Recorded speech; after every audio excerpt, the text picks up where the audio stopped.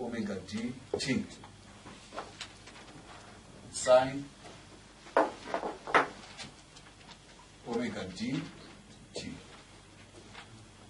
So we are going to say this is equal to e to the power that minus zeta omega nt.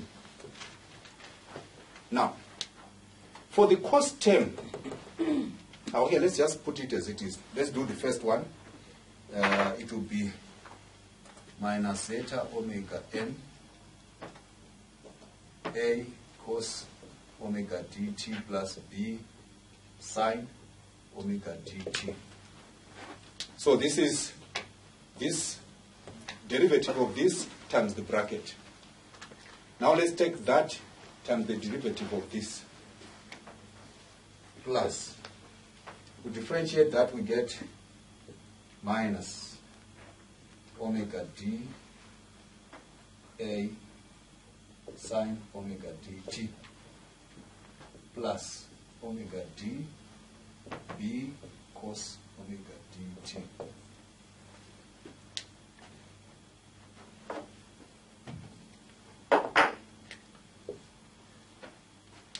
And we add up. So we add the sine terms on their own and the cos terms on their own.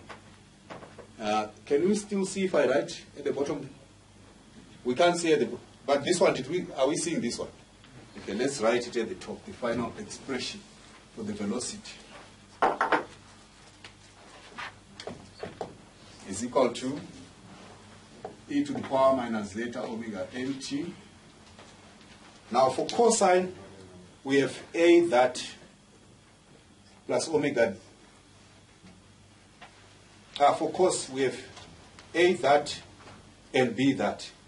So let's add them. We have omega dt, not with the t, omega d b minus omega n cos omega dt. Right? Then we do also for the sine, we have that with a b and that, and both of them are being subtracted. So we can subtract outside, then we say omega dA plus zeta omega n sine omega dt. And then having found that, you can all go on to find the acceleration, and you do exactly the same thing. Are we together? Yeah. In other words, you do this one, you write the expression like that, then you do inside, and then you add up again. Are we together? I have a question. Suppose you get a question which says, find the what? The displacement x at any time t. Any x at any time t is simply x, but you are just doing that. And this is the same as that. The t here is to say it's an expression where the variable is t. Even if I didn't write it, you can see the variable is t, isn't it? So even if I write it this way without putting the bracket and t, and I leave it like that, you can see already, because you can see the t, there is the t, there is the t. So to say xt, that means x with a variable t. I'm only giving further information there, which I didn't give there. But it's the same thing.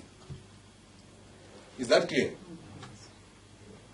Now, a question comes, suppose you are told a system is m is equal to 10, k is equal to 5,000, c is equal to 200. Okay, with the proper whatever. With the proper, what do you mean? I mean units. Then I'm saying find the displacement of this thing at any time t. What are you going to do? How do you answer that? Now we are going where people really. What do you do? You create that equation. You create this equation, eh? And then you solve like that. Because basically what you are trying to find is to find the value of A and B. And for you to solve for those, here we have an expression for the x, and there the velocity.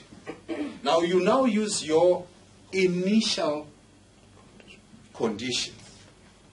So if you are given x naught, the initial displacement, you substitute it into this expression. Then what you find is cos 0, because you are taking everything at time t is equal to 0. That's the initial point. As you start, time is 0.